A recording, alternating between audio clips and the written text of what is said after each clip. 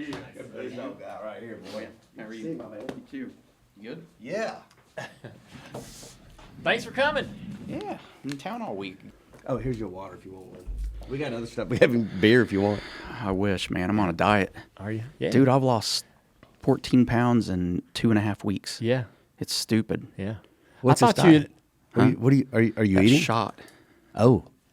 So it's like once a week for 12 weeks, and I went for 27 and a half hours before I ate my first meal after I got Wait a minute now. You did what? You got what's in your arm?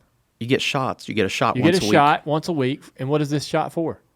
To help you lose weight. Okay. So It's- what it does is it curbs your appetite. Yeah. Like went for 27 hours, and I'm like, still wasn't hungry, and I'm like, why am I tired, and why do I have a massive headache? Yeah. Because I haven't ate. Yeah. So- You need some protein. Yeah.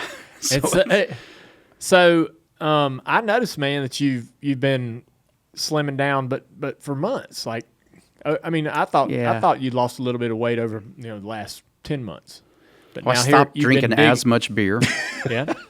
and literally it was as simple as quit cramming so much crap down your throat. Yeah. I Cut it back understand. Yeah. 30%, and I started seeing difference. So then you do that. Then you got serious. Well, and then after a while, then that 30%, now you go, no, I cut it back another 20, because that becomes your baseline again. Yeah. And then I heard a couple guys in our industry that had done the Ozempic deal, and I asked our doctor, and she goes, I got something way better than that. And the lady, one of the nurses in the office, she goes, I'm starting it too tomorrow.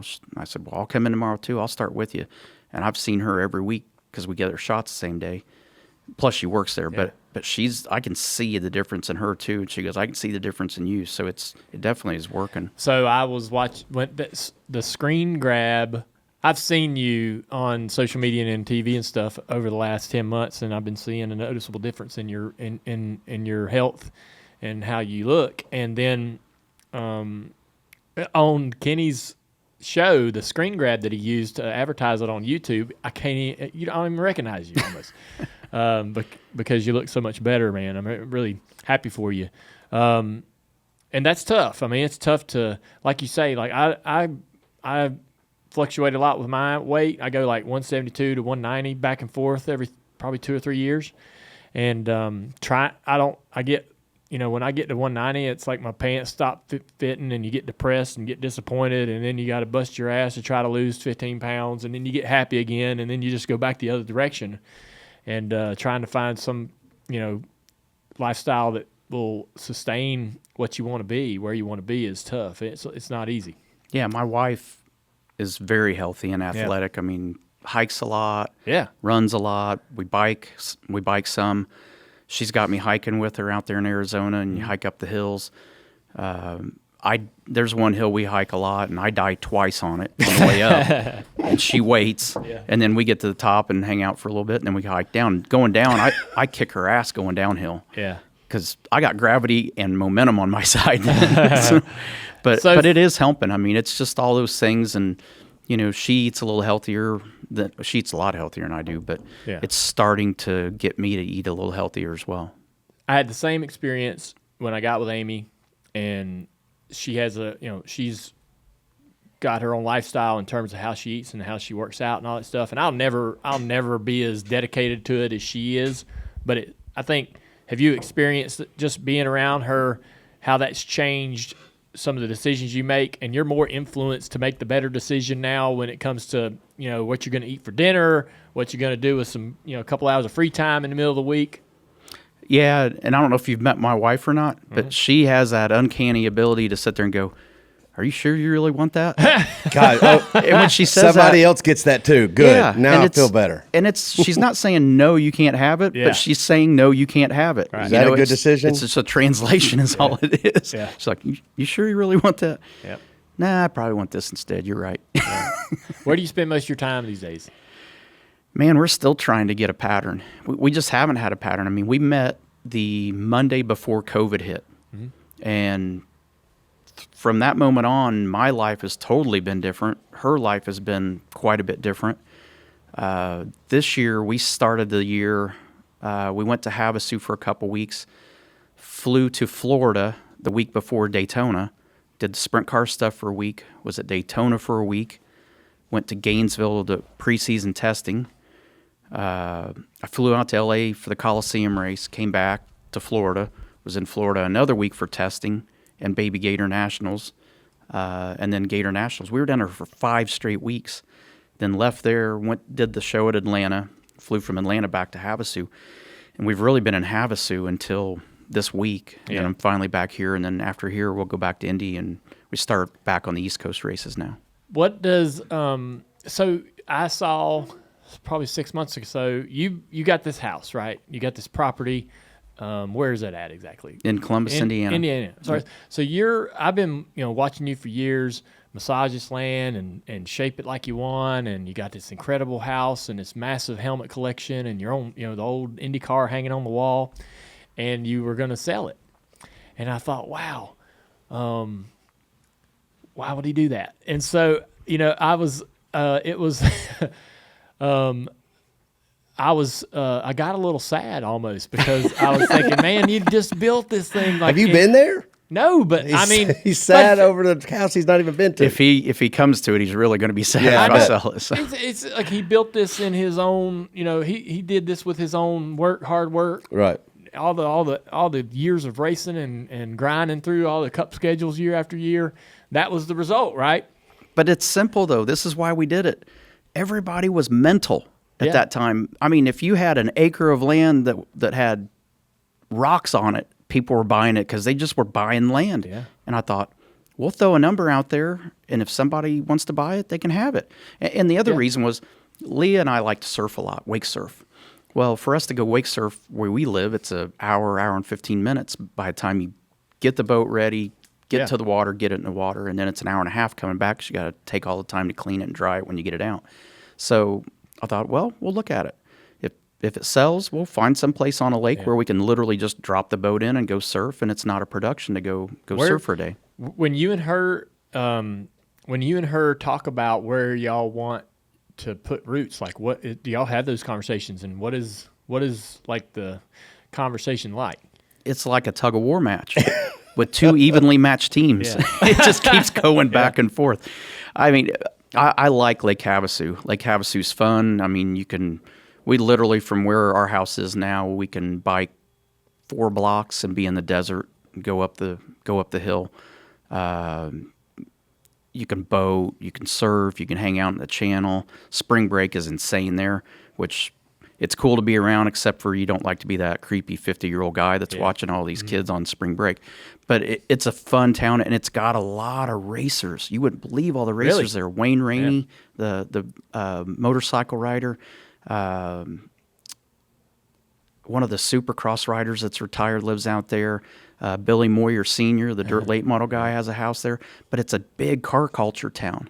So you got every Thursday they shut this they don't shut the main drag down, but everybody parks in the parking spots with their cars. Yeah. And it's a really cool deal. So it's just fun. A very, very laid back town. And from the atmosphere that you and I are used to being in all the time, it's nice to live in a town where people know who you are, but they also are just chilled out and respectful and just hang out. I mean, they don't make a big deal about it. That sounds fun, man. I mean, I know you probably got some cars that are fun to take out to things like that. I've got a few, and when the community gets together and everybody's kind of showing off their stuff and admiring each other's cars, and it can be a great experience. Yeah. But well, wait a second. Did you said that you got sad when he was about to sell? Did it actually sell? Never sold it. No, we took it off the market. Yeah. You took it off. So all right. So it's a happy ending for you, Dale. So what's the plan?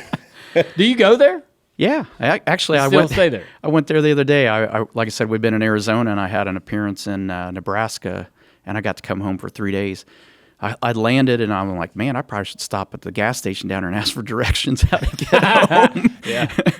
But got to stay there for 3 days, and it was crazy and I even called Leah when I got everything unloaded. I'm like, I started down the driveway, and I saw a deer, and I stopped and watched that one doe go across there. Yeah. Then I got down, and I saw 2 turkeys go across the driveway.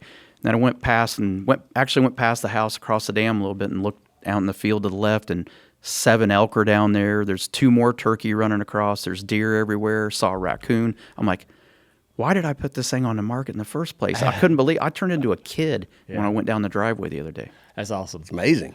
But you're so busy and you're all over the country.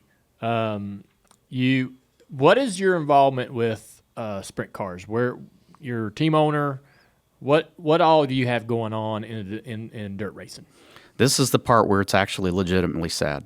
So the happy part is I still have Donnie Schatz, and he's running full time with the World of Outlaws. Still have the All-Star Circuit of Champions Sprint Car Series. You own a series. A series. Yeah. So I want to talk to you about that. And then we still have Eldora, obviously, but my side of the sprint car stuff, I haven't ran a sprint car for 2 years, except for I've done some testing with Donnie and the team, and I did the Hoosier tire test at the end of the year for the new sprint car tire. All right. So you just literally don't have time in the day to do it. I could go run a race here or there, but the sprint car series is so competitive, and you got these young kids that are coming in, and I mean they stand on the gas. I mean, and the cars are getting so good that even when the tracks get slick, they're flying around there. Right.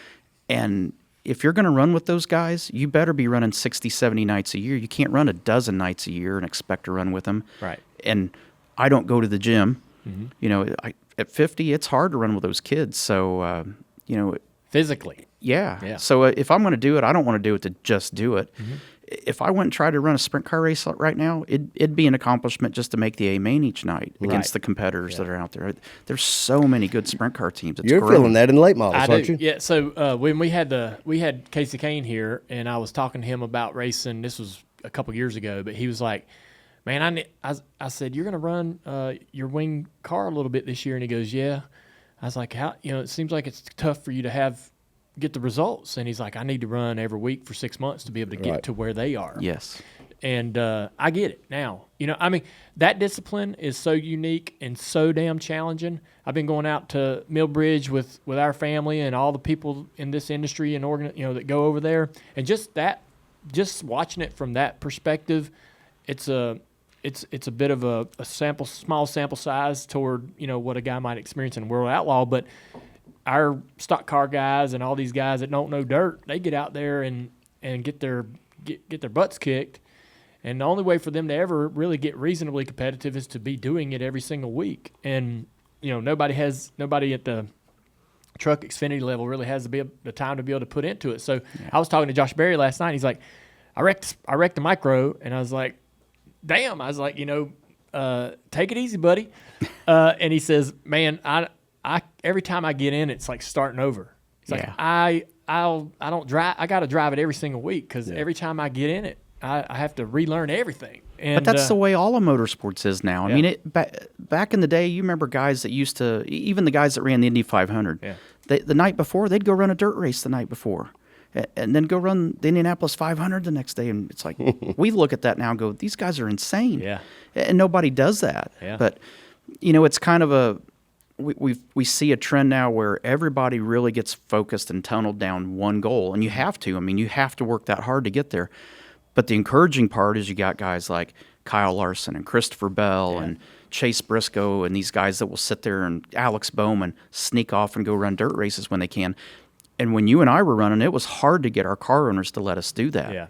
So, and for the exact reason of what happened to Chase Briscoe with breaking his finger. But that's I think what makes these guys even better when they get back in a cup car is just you don't get stuck in one field. But isn't a guy like some of these guys, it seems like, I love the fact that, a Bowman or Briscoe will go out and do those things, and I like to see them in different disciplines. But isn't Larson like this alien? Yes. Where he's the guy that can take off a month, jump right back in one, and be the fastest guy there. He's kind of like you were in your prime, A.J. Foyt, a Mario Andretti, a guy that can jump in anything. Hadn't been, Mario Andretti can jump in a cup car and win a Daytona 500, and AJ Foyt could come be competitive after not driving a cup car for 6 months, and so on the other end of the spectrum, Larson, I know he races a lot of dirt, but there are times when he has to take breaks or get away from it, goes right back to it, right back to winning. Do you see, I know this is common knowledge, but You're smart enough to know a little bit more than we do when you're watching him race. He's special. Absolutely, no doubt. I mean, the funny thing about that kid, it's like you just pick him up, you put him in the car, go play nice with the other kids. I mean, just send him off. You don't have to tell him anything. You just send him off and let him drive. Yeah. And he figures it out. Yeah. That kid can take a couple weeks off. It doesn't faze him. But you got to remember, in the weeks before that, he's running 3 nights a week, 4 nights a week somewhere. So he's current. You can take small breaks, but when you're trying to run against guys like that, I mean, what he does, going from late models to sprint cars and then getting in the cup car, and how good he is at all of them, you don't find guys like that anymore. He is the diamond in the rough for sure. Can I just say, though, I'm hearing all you guys talk about this, and I remember a night. This may turn into Tony Stewart's story hour here, and that's okay. But I'm just saying, is that you guys did used to go break away from the Cup schedule, and maybe like a Watkins Glen weekend or something, and go hit some track appearance stuff. You wouldn't drive; you'd flag it, maybe sign some autographs. You, on the other hand, I remember specifically because I was there with Spencer in 2003. I want to say it was that old Shangri-La that got turned into Tioga that now no longer is anything, maybe just a cow pasture. But you ran in several races, several divisions, won 2 of them, I think, that night, and it was a late model, and it was something else. And then there was the one that you didn't, I think it was in a modified, you were leading, and somebody wrecked you. Yeah. And if we're just going to take this all the way through, you guys, and I don't know if you remember this, I do. You got put into what I think was a big styrofoam wall on the front stretch. You got out and you took a big old chunk of that styrofoam and waited for him to come around. And when he did, you wedged that son of a bitch right into the front. Yeah. Do you remember this? Yes. I loved it. The place, Dale, it was going bananas, man. Everybody was up on the fence. Tony, this was the first race that night. He goes in and wins the next one in some other division. And I'm like, wow. Tony, on a Cup weekend, breaks away, goes to this animal house, and that is exactly what it was. It really was. It was an animal house. I got punched in an autograph. So I cut the line, a Spencer line. One of Spencer, God was not going to have any of it. Right in the Jimmy loved it. So this animal house, and Tony goes in there, wins a couple races, gets in a fight, goes back to go run the Cup deal the next day. I was like, that's the man right there. That's life. That's the right man. there. That's the ultimate life. I'm going to tell you something. I'm sorry. Kyle Larson doesn't do that. I don't see the guy.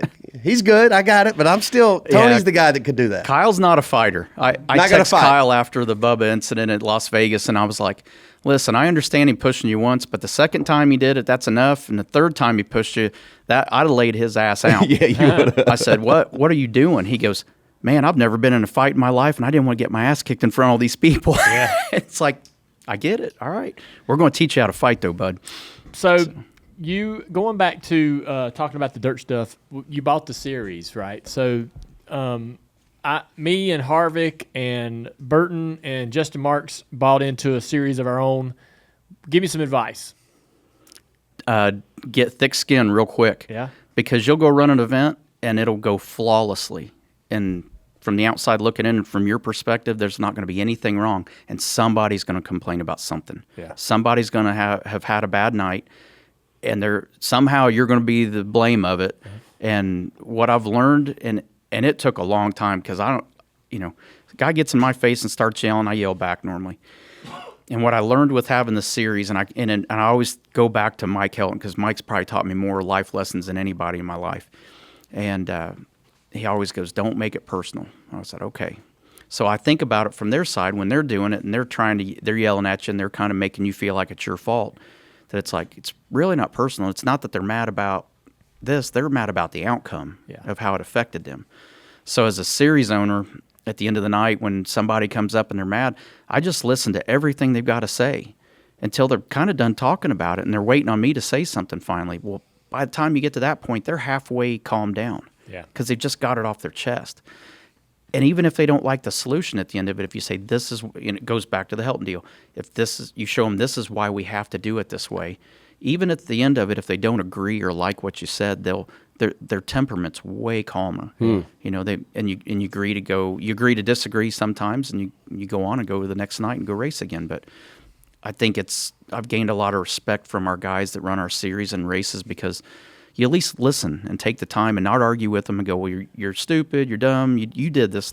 It wasn't our fault, it was your fault. Yeah. You were supposed to do this, you did this. Just listen to what they have to say and let them get it out, and you're halfway to the solution. Out of owning a race team, owning a racetrack, owning a series, like is there no objective in terms of like, here's where I want to be in 15 years with all of this? Or these are things you're doing just because you love being a part of that world? Well, that, and I think take the sprint car side, for example, the All-Star Series. There was a couple of the car owners that were splitting away from it and starting a new group. Well, neither group was probably going to survive because they weren't going to have enough cars on either one of them to make it work, and it was going to kill a series that was the original touring sprint car series in the country. And I bought it just to try to save it and make everybody happy. That the owner of the series was the problem. Yeah. So we bought him out, got him out of it. The other group decided, we all got together and brought it back to one, and we built it, and it's healthier than it's ever been now. So now I'm all right if somebody wants to come and buy it. It's like, I don't need the extra work. I don't have any extra time right now. Yeah. But I enjoy making it healthier and better for the competitors and the tracks that we go to and seeing the crowds that are coming. That's the reward for it. It's not necessarily monetary value. Yeah. It's that attachment of knowing that you're doing something good for the sport. You talked about being 50 years old and how difficult it is to get behind the wheel of a sprint car these days. Do you feel the clock running out before there's a time when you won't physically be able to get back in there and drive? And that's the thing. It's like the sprint car. Could I go run a race? Absolutely. Mm-hmm. Could I run well? Yeah. But can I be in that elite group nowadays? No.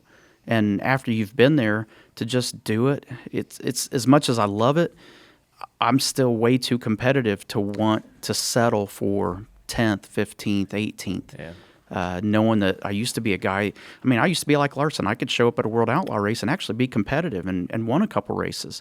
But to sit there nowadays, life's priorities are starting to change. Yeah. And now running a sprint car 60, 70 nights a year with my wife and what she does for a living and, all the projects we've got going on, I'm okay with not doing that. It's okay to let that aspect of my life go now. So it doesn't mean, we're still going to run the SRX series this year. I'll still go race with my dad if my dad's an example of what the rest of my life's going to be like, we'll be fine. He's 85 and still racing a 3/4 midget. Yeah. So I still go race with him a couple nights a year with the TQ series in Indiana. And, until I physically feel like it's hurting me or I don't feel like I'm competitive, I think it's the worst thing I could do is stop racing. That's my sister and I. We use my dad as an example. It's like if we told him he couldn't race anymore, he'd go downhill immediately. But he's energetic. He's got a goal. He's passionate about it, and he loves what he's doing. So it's kind of the path I'm taking of, the day that I feel like I'm not as good as I need to be to do a good job in the race car, I'll stay doing it till I can't do it anymore. What's the identity of the SRX series? As far as? Well, what is it? What do you want that to become? I think what is it to you right now? When Ray came to me with the idea, it was about reviving the IROC series, but with a twist. And it was like, the basic format of the IROC series was very basic, very simple, very easy to understand. And then having the opportunity to run heat races and to have a crew chief, and you could actually make changes to your car. You and I both ran IROC, and you'd get in a car and you're like, man, this thing is way too tight. Yeah. And it's like, man, if we could just get them to make a change, then we'd be okay. Because you can't have 12 drivers and they all drive the exact same setup. Yeah. And that was the whole premise of IROC was you had to do it all the same for everybody and let them drive it. But some guys like tight cars, some guys like loose cars. So you get the different tracks and it worked out different for everybody. But I like the opportunity to make changes. I like having different celebrity crew chiefs come in and work on the cars with us and get an opportunity to race for them and, go to these cool short tracks that need attention. Mm-hmm. So, we've been to some cool places. I'd never been to Slinger. Right. And Slinger was my favorite of all the races we've ran with SRX. We went there. Amazing. And I walked up to the fence. I'm like, oh, my God, all of our cars are going to be destroyed by the time we leave here. I'm like, and I watched the first set of hot laps, and I'm like, my God, that's one car going around there, and there's not enough. I don't feel like there's enough room for one car. How are we going to run two? And Luke Fenhouse and I ran about 40 laps side by side and had a blast. They had sprayed some VHT on the top, and I got it cut in finally. And him and I ran side by side, and it's like you'd feel the tire get hot and get greasy, and then you'd have to back off a little bit, and then he'd go by and he'd pull away for a little bit, and then he'd get his tire hot, and then I'd run him back down. And that was probably the most fun race we've ran in SRX this year. But I think in the big picture, though, we just want to keep doing what we're doing. I mean, there's a lot of interest overseas even about bringing SRX. So, the hard part is you got a small crew that's trying to maintain 15 race cars. Yeah. And the logistics of it. I mean, some big things would have to happen for us to be able to expand more than what we're doing right now. One of the things that I'm noticing about the series is the drivers that you guys are bringing in are now current Cup drivers. How do you handshake with NASCAR, right? To make sure that they're perfectly comfortable with their stars going and doing this, and how are you, if at all, an asset, to NASCAR in that way? At first, it was a big challenge. Yeah. I mean, Steve Phelps was not happy about it. Others in upper management were not happy about it, but there were others in upper management that thought it was great, and so they were conflicted in their own organization. But what we explained to them is, it's like, we're not trying to be a competitor. IROC was fine, but it was fine then because NASCAR had a hand in it. Yeah. And it's so because they didn't have a hand in this, then it was ruffling their feathers. But I said, we have the ability. When Chase Elliott came and got to race against Bill, that's a huge story. He never got to do that. So to get to do that and then go run the race the next day, well, then the next day they were talking about it during the broadcast. So it's a way for us to help promote NASCAR, and that's what it's been all along. It's supposed to help IndyCar with the IndyCar drivers. It's supposed to help promote NASCAR. Supposed to help all these other series that guys are coming from. It's not meant to take away from anything. It's meant to add for everybody. Yeah. Did you specifically have to go do all that? I don't want to call it politicking, but the fact is that I feel like that you have a rapport. I mean, you got such a heavy presence in the series already that anything less than you yourself probably wouldn't have succeeded as well as in getting people to understand your identity. Is that the case? As far as trying to get everybody? Yeah, especially NASCAR. Because, again, I think, listen, I was blown away the fact that you had a TV deal in year one. Yeah. And then you're packing them out. The grandstands are slam full in year one. If I don't have my hand in it, I would look at it as a threat. Yeah, but it's not meant to be, and that's what we had to convince these guys of. This isn't in any way, shape, or form going to hurt you. You're not trying to grow this thing into a competitor series in which the drivers then want to go run 36 races of SRX, is what you're saying. No, exactly, and that's not what it's going to grow to be. I mean, and that's part of the reason we went back to Thursday nights. We said, hey, I'm telling you, this is going to be way bigger if we can get it on Thursday nights. I know it's a weekday deal, but that's how I got to NASCAR. Thursday Night Thunder was how people knew who I was and saw me race. So it gives these guys an opportunity, and it doesn't take anything away from the NASCAR weekend. It doesn't take anything away from the IndyCar weekend. I feel like that was a step for us that helps these series not feel threatened. There's room for everybody. How would you explain your involvement? Like, is it day to day? No, Do you help portion with scheduling or tracks you want to go to? So I get the 6 weekends, and what I did over the winter was try to make a list of the drivers, kind of a wish list of drivers that I want to come run the series. Yeah, man, I'm sorry, you almost made the cut. You were so close. You were so close. You didn't want the drama, did you? No, not at all. You felt like those drivers that complain. You kind of felt like he would be one of them, right? Well, and then I thought that you need thick skin for. Then I thought after the race it'll take 4.5 hours to get out of the racetrack because he'll have people standing on top of people to watch him drive. It's a a car. problem. So I'm trying to remember where I was going. Go ahead. Yeah, I interrupted you. The schedule. The drivers were the first part of it. Make the wish list and then give it to Don Hawk and let him go try to get these guys. And then I literally sat down with a big U.S. map and we had the request list of all the tracks that were requesting races. And I tried to lay out what I thought was logistic-wise was the best schedule and the best places we could go. What tracks asked to be a part of it that you want to find a way to get to?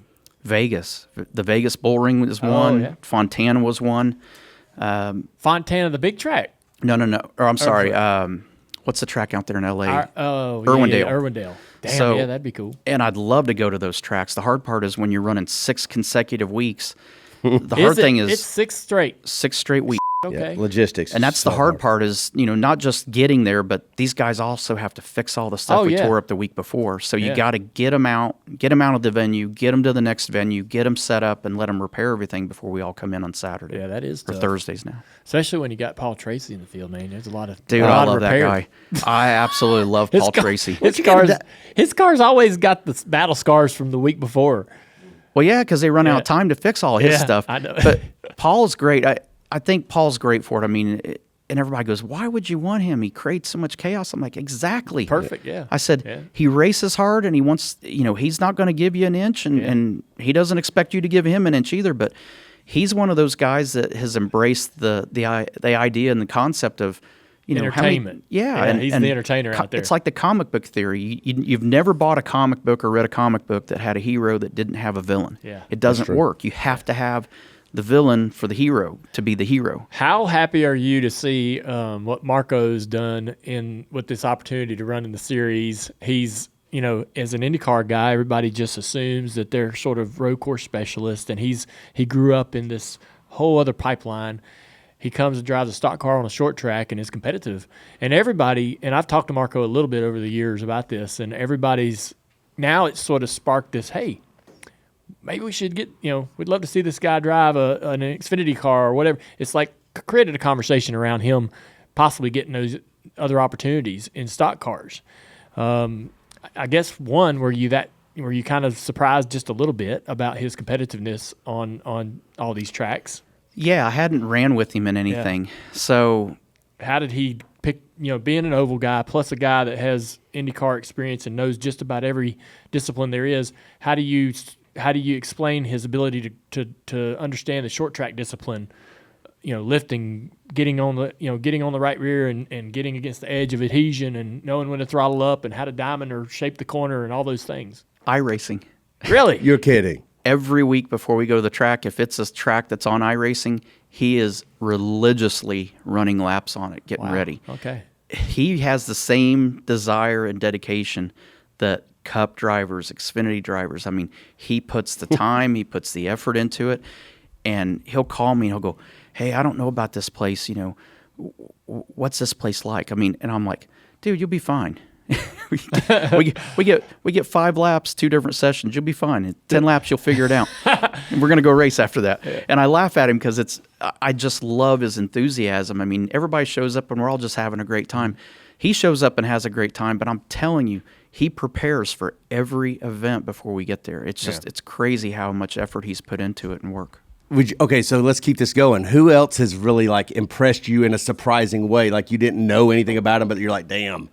Ernie Francis. There you go. See, I remember when he won. Ernie Francis fan now. Yeah, we had him on the show right after he won that SRX race, and I admittedly didn't know who he was, and he wins that SRX race, and now it really did a lot for his. I don't know if he was doing it for publicity, but it did wonders for it. Ernie Francis impresses you. Yeah, absolutely. I mean, and that was Ray's pick. I mean, Ray goes, hey, I want this guy, trust me, he's good. I'm like, cool.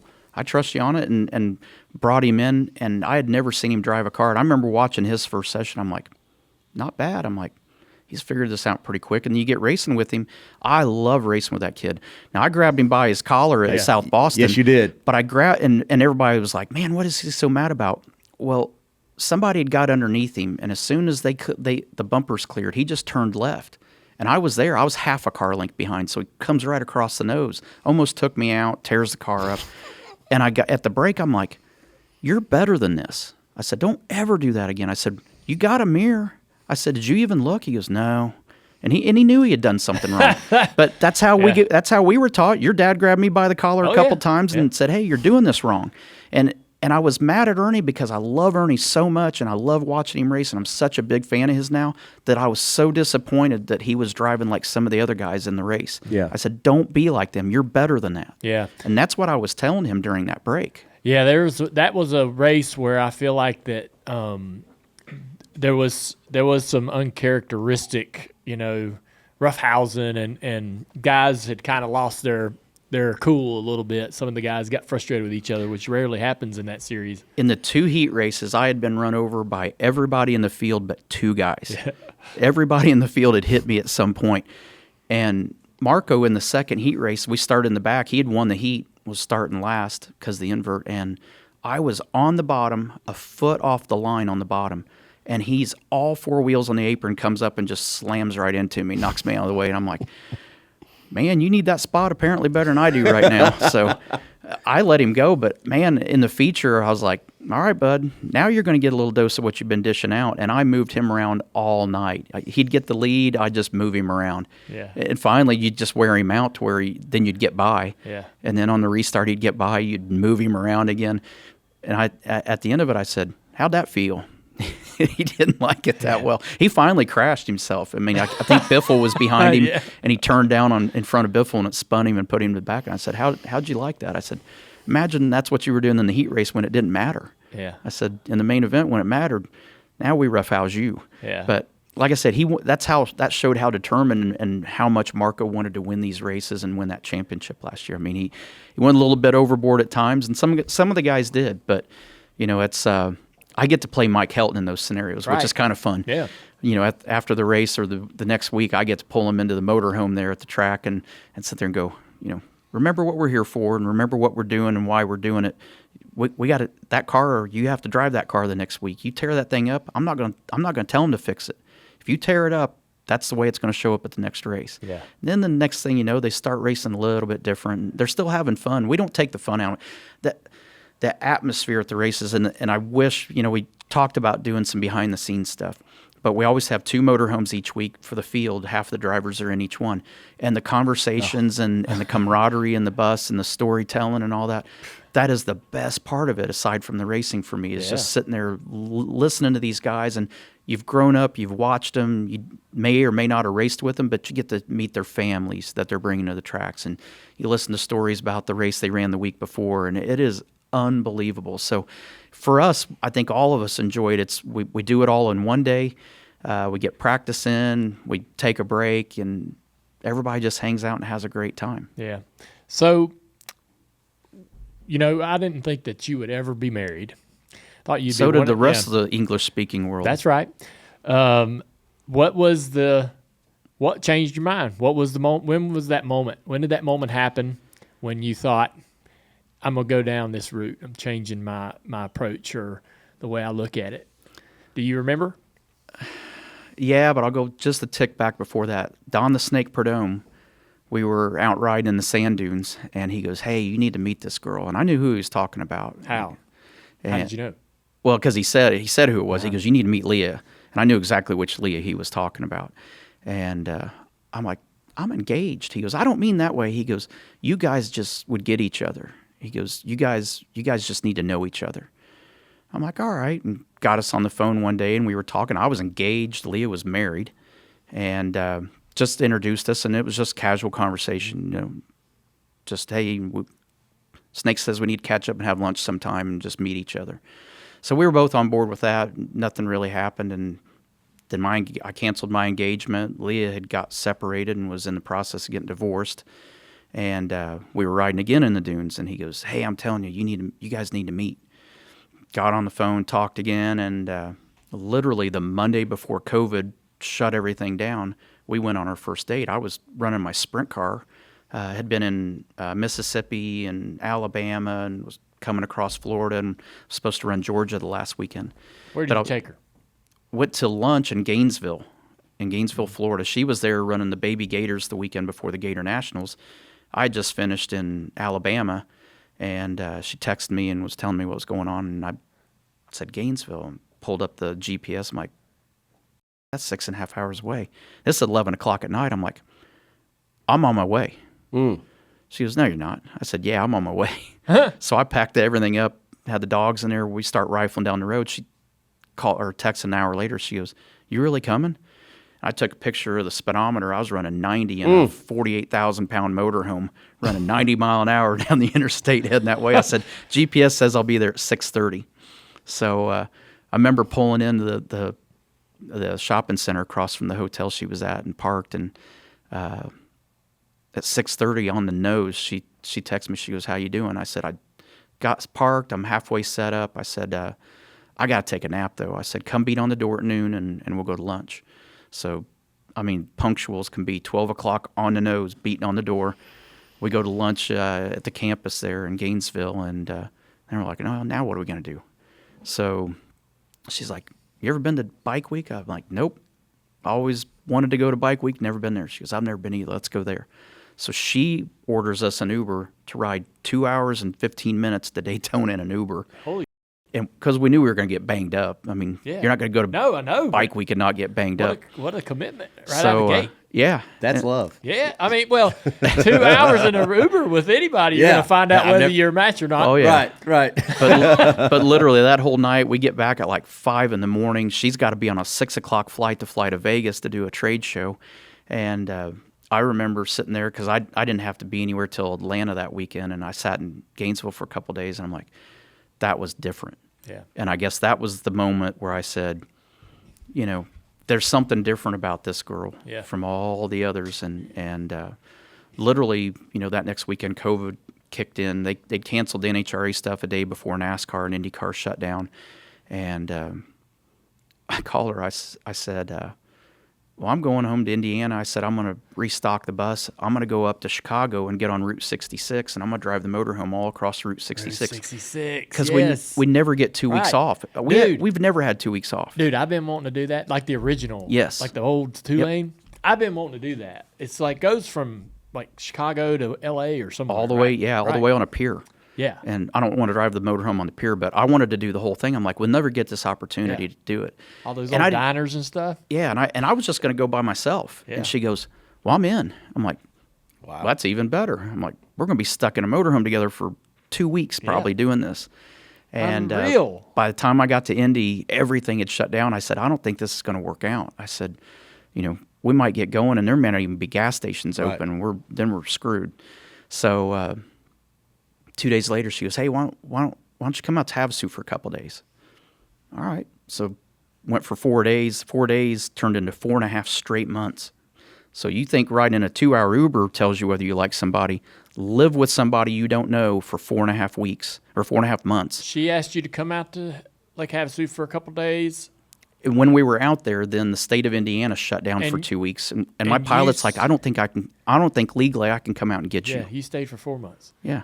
together. Yep. And it worked. 24/7 with each other, and it didn't take God. long. So this just kind of morphed along, and we got a call from Ken Block, and Ken and Leah are good friends, and you know, he invites us to go out to a place in Utah to go ride side by sides. So we do that, and by the time that's all over with, we're like, yeah, we're going to do this. Yeah. You know, we're going to date. Damn, that's cool. And then we had to sit there on the ride home and figure out we got problems. We got hurdles we're going to have to cross here. First one was she's sponsored by Pennzoil. I'm sponsored by Mobile One. That's the first hurdle. She's sponsored by Yeah, Dodge. the I'm sponsored by old Ford. sponsorships. Oh my God. And then Dodge and Ford. So it's like, man, what are we going to do? So no joke, I called my PR guy and I said, hey, this is what's going on, because nobody knew we were doing anything Yeah. together. Like there were 2 or 3 people that knew who I was with and where I was at. And I said, we got to figure this out. And so we were proactive. And I remember on the way home from Swing Arm with Ken, I'm driving the motorhome. She's on the right side of the motorhome, and I'm on the phone with Mobile One. She's on the phone with Pennzoil, and we hang up from that call, and I'm calling Ford, and she's calling Dodge at the same time, and we're 3 feet away from each other having these conversations, and not one of our partners had a problem with it and said, yeah, we'll work around it. You know, we said, hey, when I go to her events, I won't wear any branding. When she goes to my events, she won't wear any branding, and that's what we've done, and it was very successful with that. Wow. So, Wow. what? How long have you been married now? 1.5 years. What do you? And she's still not filed for divorce yet. It's amazing. When It's did crazy. Yeah, okay, hold up. So we kind of had a little bit of fun at Tony's expense a few weeks ago here. I don't know if you remember this, but like I think it was Tyler Reddick that was on, and we were all kind of sharing our own stories about when we got married. What was the first rule that we had? Yours Oh, was yeah, like yeah, the yeah, toilet the toilet seat. seat, And yeah. I think Tyler's was, you can't wear your shoes in the house.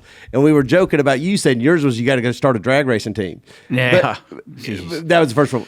All jokes aside, though, like when did the drag racing thing start coming into the conversation? Like for you to start. To start a team, I mean, when we started dating, and then once, you know, racing started coming back, the sprint car stuff started first, and she went to my races, and it was funny because, you know, when we set up for a Cup weekend, we park and we're there for the whole weekend, but guys got to get rental cars and go back and forth to the hotel. Sprint car deal's different. We were running 2-day shows at the same track, and we'd load up at the end of it, and she's losing her mind, like, why are you guys packing up? You're racing here tomorrow. Well, that's their vehicle. That's how they get to the hotel, and they got to go to the car wash. They got to get up in the morning. They got to service the car in the parking lot, and then they come back to the track. What do you think about all that? She couldn't wrap her head around it because it's total opposite of what they do in NHRA.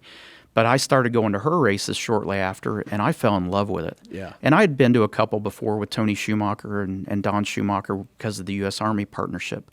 And I liked it. Austin Prock, that's a top fuel driver. He used to run his midget out of our shop before he got in NHRA. And so we would watch qualifying shows and stuff, you know, in between Xfinity stuff and all that. And, you know, that's how I saw Leah, too, was on the same shows. But we were watching Austin, and we would see them. But I just got hooked on it. I mean, I love the atmosphere there. You know, I think it's so cool that when fans come to a drag race, when they buy a ticket, it gets them everywhere but on the starting line. That's the only place you're not allowed to go. But they can sit in the stands, they can watch the runs, then they can come down and they literally can watch the crews rebuild the motors, service the cars, talk to the drivers while they're packing their chutes or mixing fuel, whatever they're doing. And it is a cool atmosphere and way more laid back than what we've been used to. What was the process of, how do you get from never having raced in a drag race to winning a drag race? Yeah.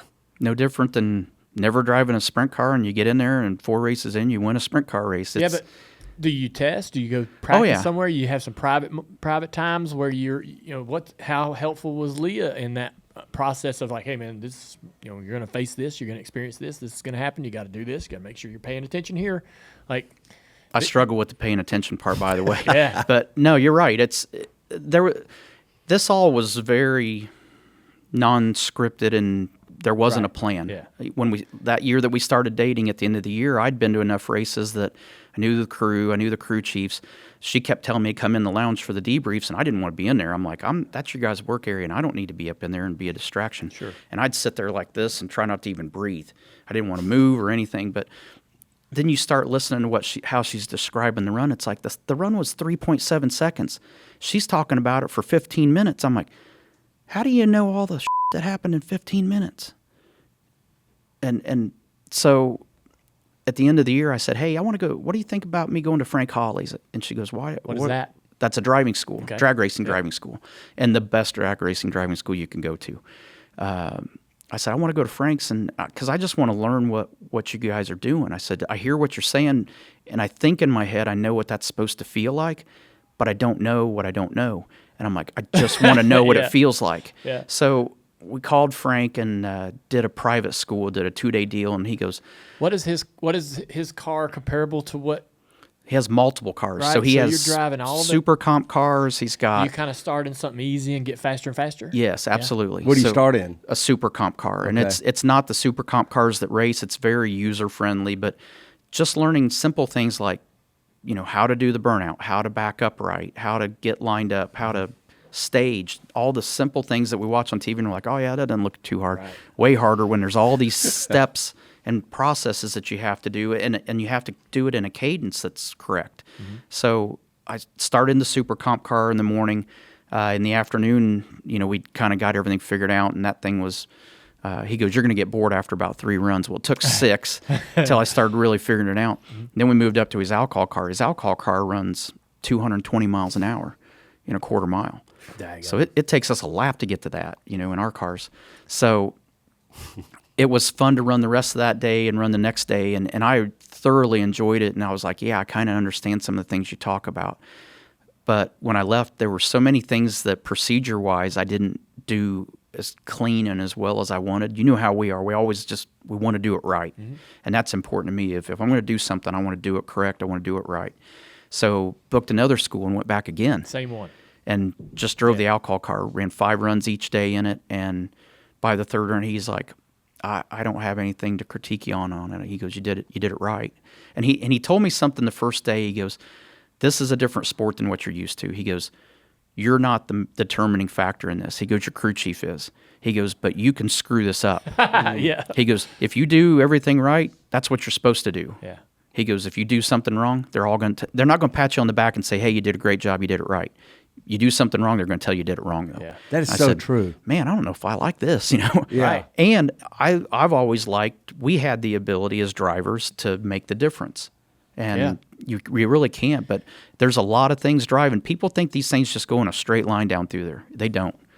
You know, the Leah and Matt, I've went up there and they go, well, Pomona, for example, the right lane, and Matt reminded me before I went up for my first qualifying run, because I was in that lane, he goes, you got to be careful. He goes, that lane wants to pull you into the inside all the way down. And why, I don't know what it is, if there's contour in it that's weird or what, but he goes, that lane always tries to pull you to the inside, so you either got to be ready for it if you're square or point out a little bit, and that way it's going to get you where you want to be. Damn. So it's so detail-oriented, and just like our sport is, and every sport is, but it's things like that as a driver, you're like, well, okay. What about the tree and trying to understand how to improve your reaction time and it's and all the games that go in with the drivers. There are some. God, yeah. It's the concept of staging is really simple in all reality. So there's a pre-stage beam, and that's the top bulb or the top half of the blue circle. And everybody just kind of goes up there and they wait till each other gets pre-staged. Gotcha. Then they stage. Well, when that first person gets that stage bulb lit, it starts a 7-second timer. And that other driver has 7 seconds to get himself staged. Doesn't matter if it's in the last quarter of a second or if he goes in the first quarter of a second. He's got 7 seconds to go in. But just like in our sport, there was etiquette involved.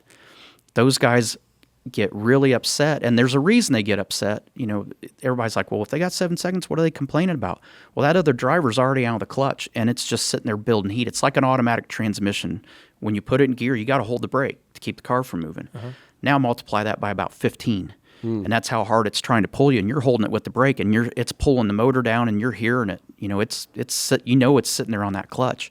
So every second you're sitting there, it's just building heat, building heat. Well, if it builds too much heat, then it sticks the disc when it goes and doesn't do what it's supposed to do, and it burns the tires off of it. So there's an etiquette involved in it. Yeah. Or you get somebody like John Force, and this guy is the master of this.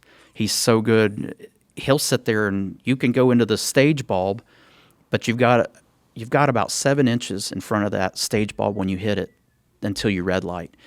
He has the ability, and there's guys that'll roll through go so far into the stage light that they get past the pre-stage bulb, and it shuts that bulb off.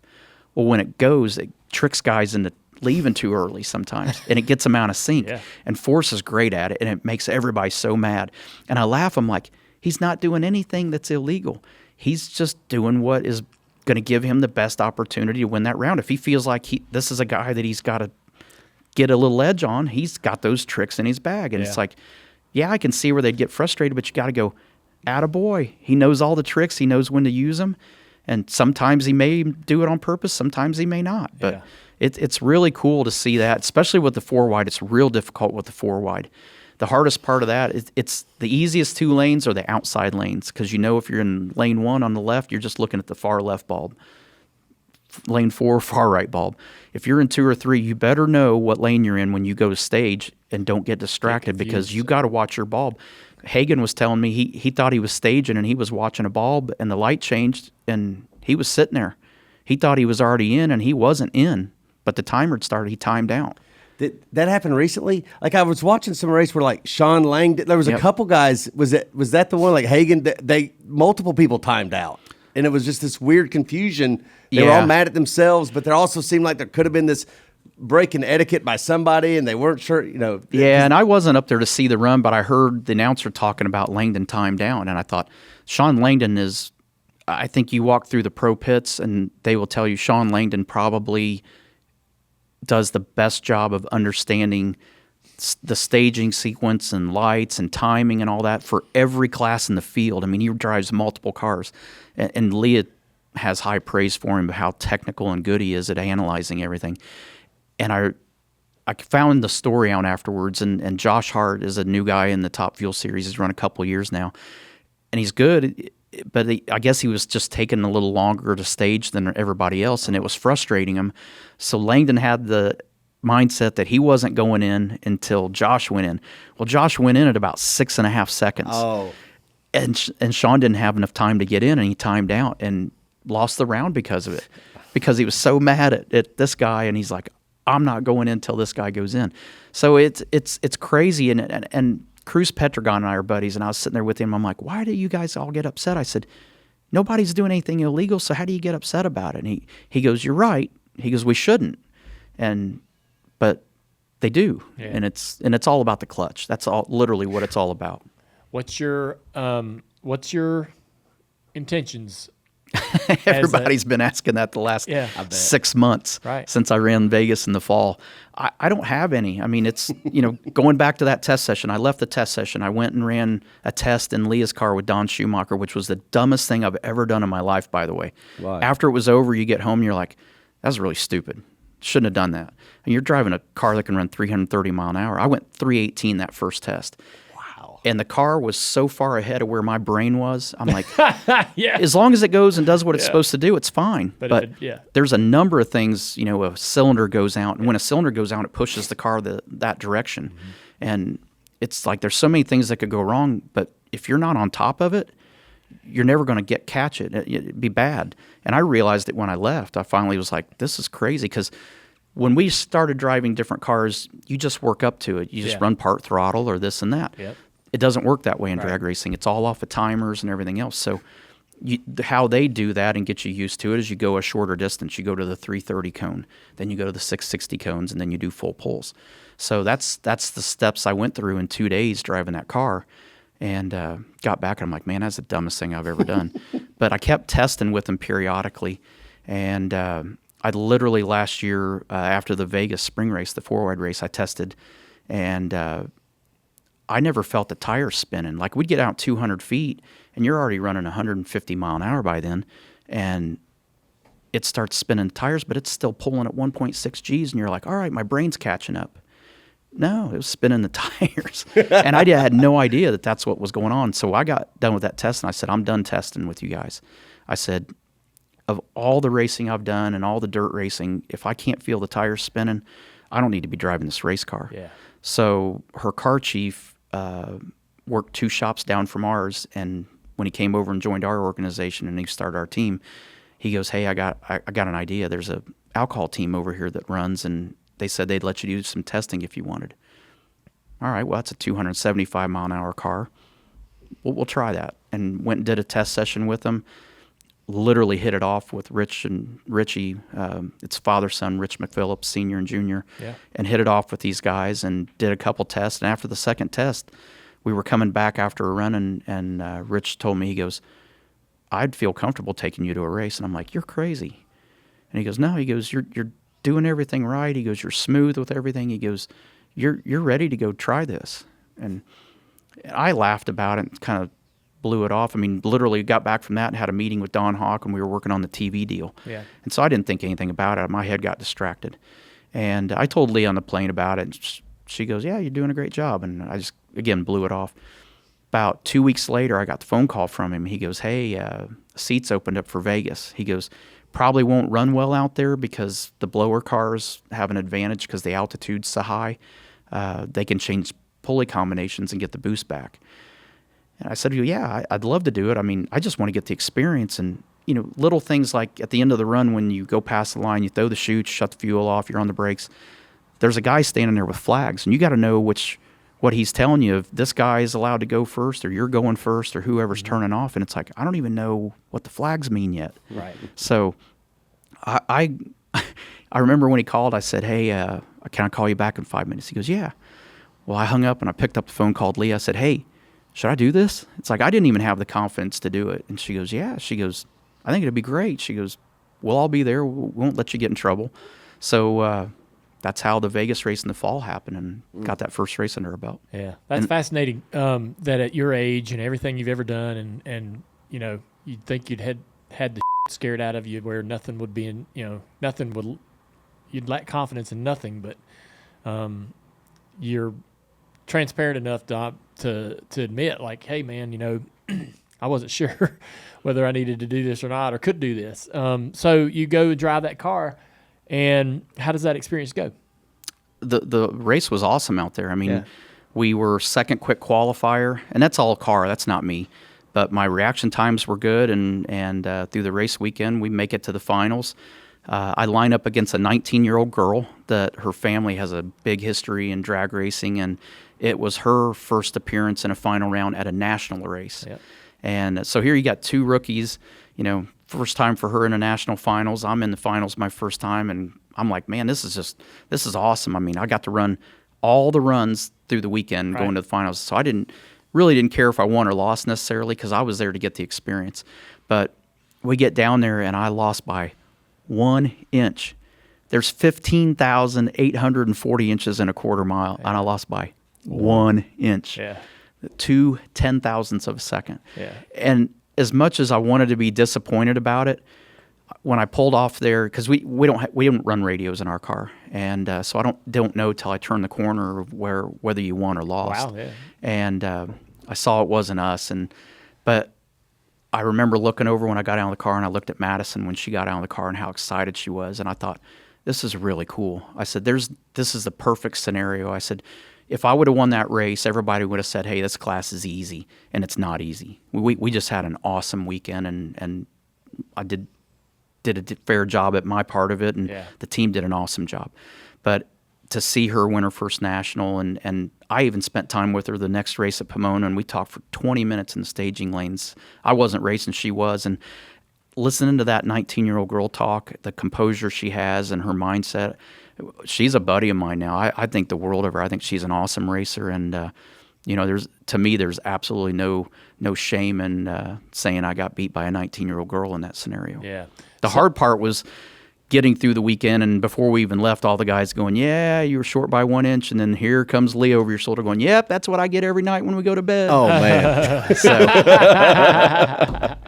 That's awesome. So, you drive the car you're driving today is your car. No, You're still driving. I'm still driving for Rich and Richie. Okay. It's not even the same car that I ran in Vegas last fall. Oh. So they run Jasmine Salinas' car. They run a car that Mike Coughlin and Matt Cummins split. They run different regions and split the national races. The car I'm driving was a car that they were building for Rich Jr. to drive. Even before I did the first test, and at the end of the year after the Vegas race, they started talking to me about, hey, do you have any interest in doing something next year? And so we put the package together. And What is the package? I'm running 12 of the 14 national events. They don't run every race that Top Fuel and Funny Car run. Okay. So running 12 of the 14.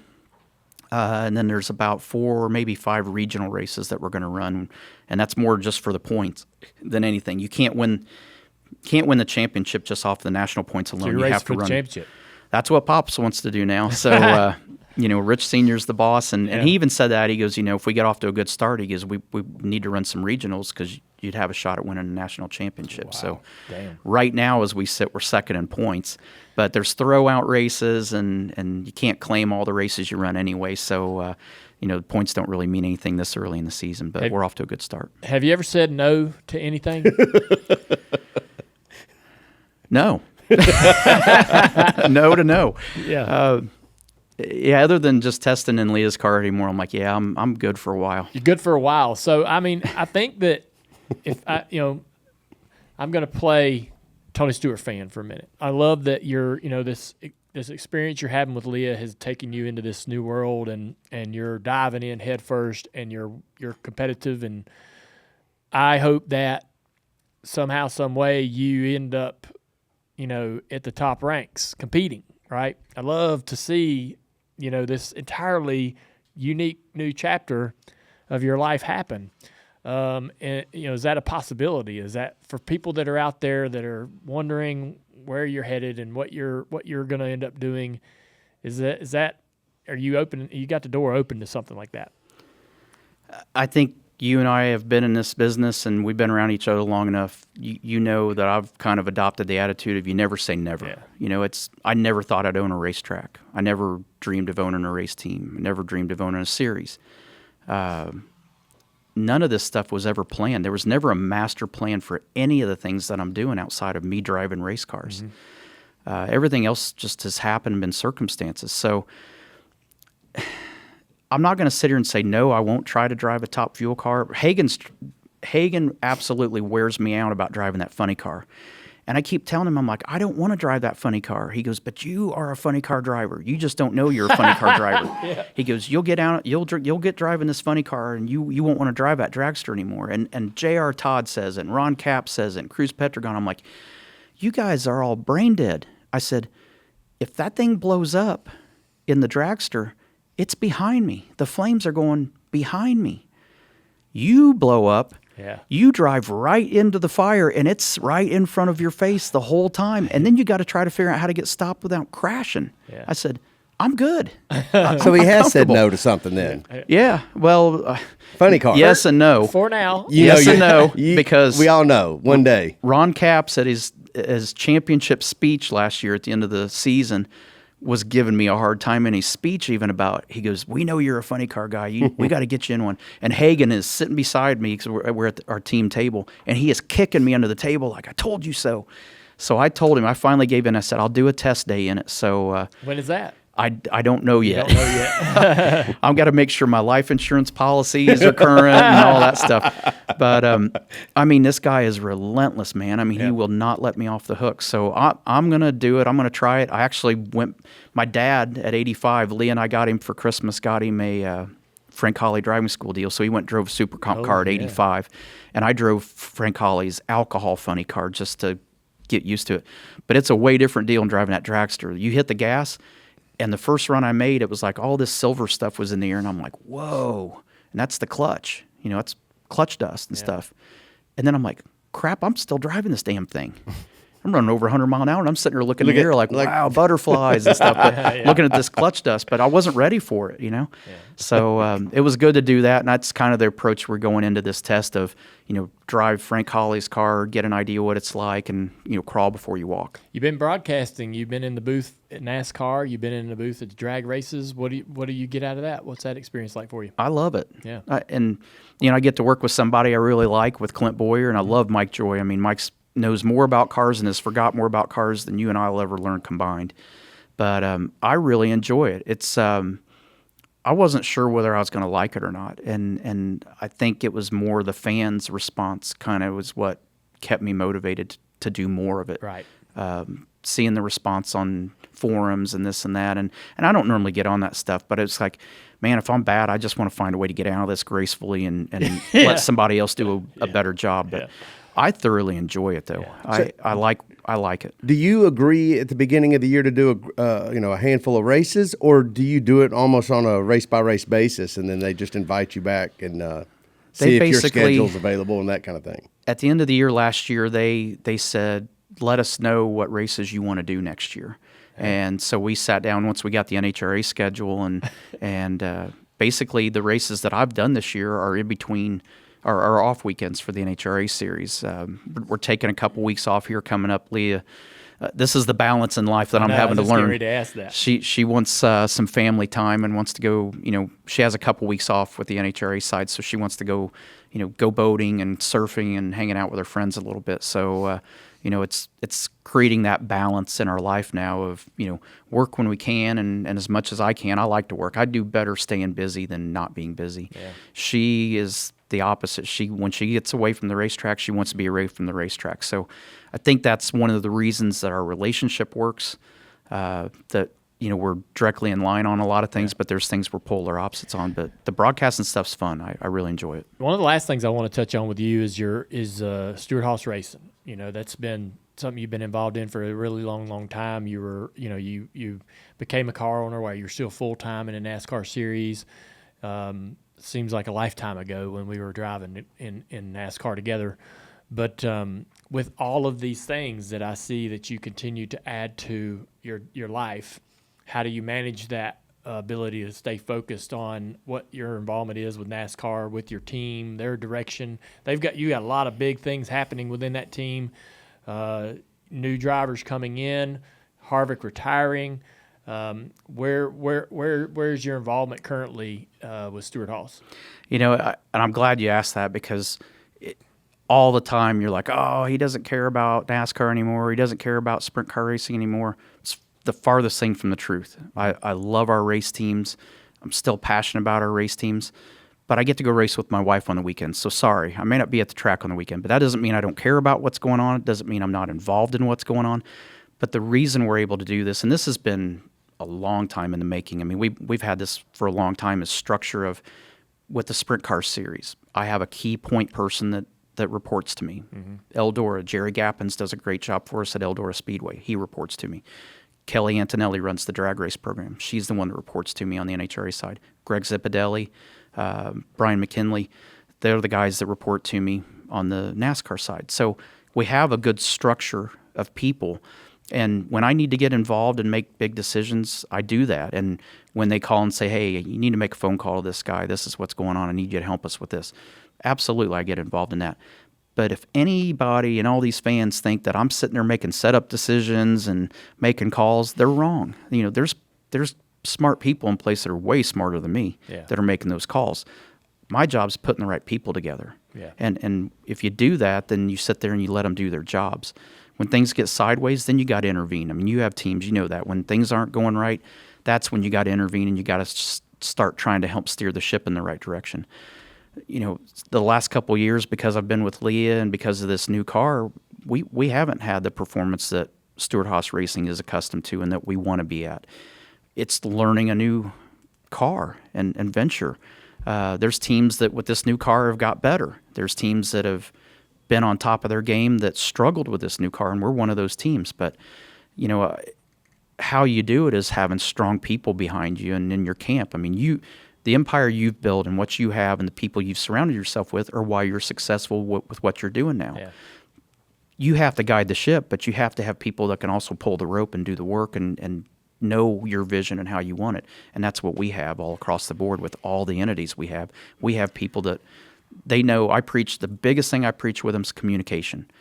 I can't fix a problem if I don't know there's a problem. And I literally called one of my Cup drivers last night and had a conversation with him, and he's like, well, I don't want to bother you. I'm like, are you kidding me? Yeah. I said, that's the dumbest thing you could say. I said, I own all this stuff. Yeah. I said, I want it to be successful. I'm not doing this just to have it. Yeah. I said, I want to win races. So if there's a problem and there's something that you and I can talk about to make it better, I want you picking that phone up at 2 a.m. if you think of something. That's what I signed up for. So there's a lot of phone calls. There's a lot of meetings. But we've got great people in place that do a good job. Yeah. Kevin is going to retire at the end of the year. You were able to bring Kevin over to Stewart-Haas Racing. I remember the very first test at Charlotte Motor Speedway, and I looked at Letarte after we ran 2 40-lap mock races with about 3/4 of the NASCAR field out on the racetrack, and I said, we're going to have a problem on our hands with this 4-car because he was the fastest thing there. Went on to basically, no disrespect to anything Kevin ever drove before, but I think we truly all got to realize what the real potential was for Kevin Harvick driving your cars. Paired up with an incredibly great crew chief with Rodney Childers. They were a great match and won a championship, a lot of races. How do you celebrate and honor him this year? I'm sure you don't want to tell us everything you might have in store, but I guess, what do you have to say about what he's been able to do with the second half of his career, what he's been able to do while driving your race cars, and how you want to see him celebrated and honored? I think even before he came over, when I drove for you in the Xfinity Series Summit, I drove for Kevin a lot in Xfinity, and I learned so much more about him when I drove for him than when I was racing against him, and how good he was at understanding the whole picture, the business side of it, how to build successful race teams, how to put those right people together. And when he came over to SHR, he goes, we need this guy, we need this guy, and we need this guy. I mean, Kevin handpicked those guys, him and Rodney together, and built that team, built that 4-car team. And that's why they have the success. I think that's one thing that I feel like it's important for fans to realize, whether they like Kevin or not. He's one of the most well-rounded drivers that NASCAR has right now. He understands all of it, and he's passionate about all of it. If somebody's screwing up, he's going to tell you you're screwing up. Yeah. And he's not telling you that and trying to make you mad. He's not trying to belittle you. He's telling you that because he wants you to be better, and he wants the scenario to be better. So I'm a huge Kevin Harvick fan from the outside, let alone working with him, because I see how he runs and operates these teams. He makes my job a lot easier on that 4-car. The rest of them are a lot harder to deal with, but Kevin has his hands around all of it and understands it better than most people in the industry do. Yeah. Well, man, I appreciate you coming today. It's been a lot of fun hanging out and talking with you. I've had a lot of curious things about, what you've been up to, and don't see you as much as I wish I did. And your life has changed tremendously since we used to spend a lot of time around each other and see each other at the racetrack every weekend. I'm happy for you, being able to do everything you want to do, get involved in everything you want to do, but also find this balance in your personal life that you have been searching so hard for all of your life. You deserve it. You deserve everything you got coming at you. And you do a damn good job. I admire how you're able to juggle all the things you do. And because I think there's some similarities in our lives where we don't say no to too much. Yeah. And that's a fault for us. Sometimes we wonder whether we need to be doing all the things we're doing. Yeah. But you're somebody I look up to in that regard of being able to really kind of manage your time smartly, and just wish you well, man. I'll be following you along in your drag racing and wherever that takes you and whatever you end up doing next. Hopefully we get to see you keep on racing for a long time. That's the plan. I like I say, I never know what it's going to be, but you can guarantee I'm going to be driving something for a long time. So Funny car. Enjoying it. No, God, I hope not. If they're right, it's going to be bad. You're a funny car driver. Yeah, he's a funny car driver. You just don't know it. I think I'm just funny. I think we just stop with that.